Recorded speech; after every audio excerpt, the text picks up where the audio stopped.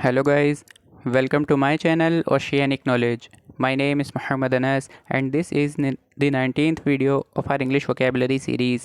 जैसा कि आप जानते हैं कि हमने अपनी एक इंग्लिश vocabulary सीरीज़ स्टार्ट की है जिसमें ना हम सिर्फ इंग्लिश के वर्ड्स बल्कि English phrasal verbs, English idioms और इंग्लिश के वर्ड्स जो कि कॉम्पिटिटिव एग्ज़ाम्स वगैरह में पूछे जाते हैं उन सब को एग्ज़ाम्पल से और उनकी डेफिनेशंस के साथ समझते हैं।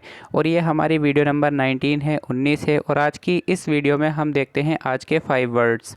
और अगर आपने अभी तक मेरे इस चैनल को सब्सक्राइब नहीं किया है तो प्लीज़ चैनल को ज़रूर सब्सक्राइब करें और डेली बेसिस पर इंग्लिश वोकेबलरीज़ देखकर अपनी इंग्लिश की वोकेबलरीज़ में ओनली 5 to 6 मिनट में इजाफ़ा करते रहें। तो आइए शुरू करते हैं आज की वीडियो। सबसे पहला वर्ड है आपके सामने स्वार्म अप। देखिए, स्वार्म अप का मतलब होता है climb by gripping with one hand and feet. आप जानते हैं कई बार हम किसी पोल पर, खंबे पर या फिर किसी पेड़ पर जब चढ़ते हैं तो हाथों और पैर का प्रेशर लगा के जब उस पर हम चढ़ते हैं तो ऐसी पोजीशन पे जब हम चढ़ते हैं तो उसको बोलते हैं स्वार्म अप। आपने देखा होगा कई बार जब टेक्नीशियन पोल पर चढ़ते हैं तो वो अपने हाथों को अपनी तरफ पुश करते हैं और अपने पैरों से भी उस पर अच्छी ग्रिप बनाकर ऊपर चढ़ते हैं। तो ऐसी सिचुएशन में जब कोई क्लाइम करता है तो वहाँ पर हम फ्रेजल वर्ब यूज़ करेंगे स्वार्म अप। एग्जाम्पल देखिए, I saw him he was swarming up the tree in the forest. मैंने उसे देखा, वह जंगल में पेड़ पर चढ़ रहा था। कैसे चढ़ रहा था? पैरों से ग्रिप बनाई, हाथों से ग्रिप बनाई और ऊपर ऊपर धीरे धीरे चढ़ता चला गया। तो ऐसी सिचुएशन में जब कोई चढ़े तो उसके लिए हम यूज़ करते हैं स्वार्म। हमारा दूसरा वर्ड है प्लग अवे।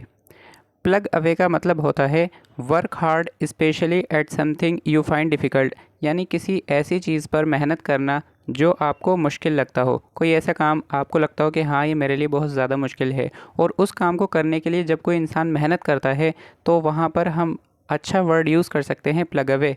एग्ज़ाम्पल से समझिए, I have been plugging away at my YouTube channel for many months. मैं अपने यूट्यूब चैनल पर बहुत महीनों से मेहनत कर रहा हूँ। यानी प्लग अवे मतलब किसी ऐसी चीज़ पर मेहनत करना जो आपको लगे कि हाँ ये मुश्किल है, ये डिफ़िकल्ट है, उस पर मेहनत करने को बोलते हैं प्लग अवे। हमारा नेक्स्ट वर्ड है snap up. Snap up mean to buy or take something or someone quickly. देखिए, स्नैप अप का मतलब एक एग्ज़ाम्पल से समझिए। जब हमें कोई चीज़ अच्छी लगती है, मार्केट में जाएं, वो चीज़ अच्छी लगे और उसके प्राइस भी बहुत ज़्यादा कम हो या हम कहें डिस्काउंट पर हो तो हम क्या करते हैं, उसे जल्दी से ले लेते हैं, जल्दी से ख़रीद लेते हैं। या कोई ऐसा इंसान, हमारी कोई कंपनी है या फैक्ट्री है, कोई ऐसा इंसान हमारे पास आया जो हमारी कंपनी में काम करने के एकदम लायक है, परफेक्ट है, उसे हम जल्दी से हायर कर लेते हैं। यानी कोई ऐसी इंसान या ऐसी चीज़ जिसे हम जल्दी से ख़रीद लें या जल्दी से अपनी कंपनी में या फैक्ट्री में हायर कर लें तो उसे हम बोलते हैं स्नैप अप। यानी जल्दी से किसी को ख़रीद लेना या जल्दी से किसी को हायर कर लेना, उसके लिए हम वर्ड यूज़ करते हैं स्नैप अप।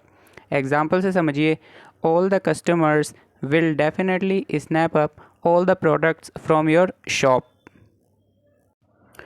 यानी दिवाली के त्यौहार पर जितने भी कस्टमर्स हैं वो जल्दी से सारे प्रोडक्ट आपकी दुकान से ख़रीद लेंगे। यानी दिवाली का फेस्टिवल है, वैसे आने वाले 2 दिनों में दिवाली का ही फेस्टिवल है।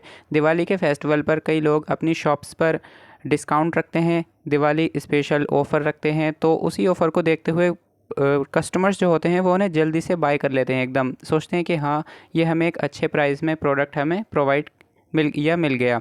तो ऐसी सिचुएशन जब हम कोई चीज़ जल्दी से ख़रीद लेते हैं या जल्दी से किसी इंसान को हायर कर लेते हैं, उस सिचुएशन के लिए या फिर कहें उसके लिए हम वर्ड यूज़ करते हैं स्नैप अप। हमारा नेक्स्ट वर्ड है grow apart. Grow apart means become gradually estranged, यानी धीरे धीरे अलग हो जाना। इसे एग्जांपल से समझिए, जब हम स्कूल में होते हैं, 12th क्लियर कर लेते हैं अपनी, तो 12th क्लियर करने के बाद जितने भी फ्रेंड्स होते हैं वो धीरे धीरे कोई किसी फील्ड में चला जाता है, कोई किसी फील्ड में चला जाता है, किसी का एडमिशन दूसरे कॉलेज में हो जाता है, तो सारे दोस्त धीरे धीरे अलग हो जाते हैं। तो जब कोई चीज़ धीरे धीरे या कोई इंसान धीरे धीरे जब अलग हो जाते हैं तो उसको बोलते हैं हम ग्रो अपार्ट। एग्जाम्पल से समझिए, friends often grow apart after school, यानी स्कूल के बाद दोस्त अक्सर धीरे धीरे अलग हो जाते हैं, ग्रो अपार्ट। और आज की वीडियो का हमारा लास्ट वर्ड है prop up। Prop up means to stop something from falling by placing something under or against it। यानी आप इसे इस तरीके से समझ लीजिए कि किसी चीज़ को गिरने से रोकने के लिए किसी चीज़ का सहारा देना।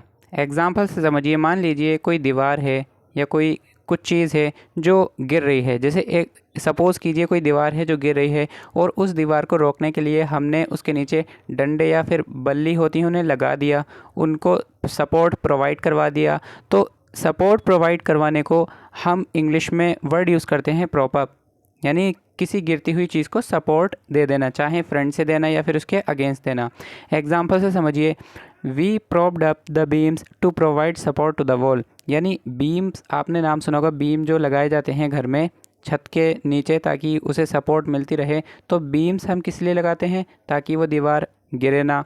तो दीवार को सपोर्ट मिलती है बीम से। तो यहाँ पर जब किसी गिरती हुई चीज़ को सपोर्ट प्रोवाइड करते हैं तो वहाँ हम वर्ड यूज़ करते हैं prop up. We propped up the beams to provide support to the wall.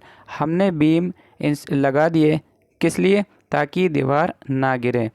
तो ये थे हमारी आज की वीडियो के कुछ इंटरेस्टिंग वर्ड्स। आई होप कि आपको ये वीडियो पसंद आई होगी। इन वर्ड्स को अपने सेंटेंसेस में प्रैक्टिस कीजिए। चैनल को लाइक करें, शेयर करें, सब्सक्राइब करें। मिलते हैं नेक्स्ट वीडियो में। Till then take care and bye.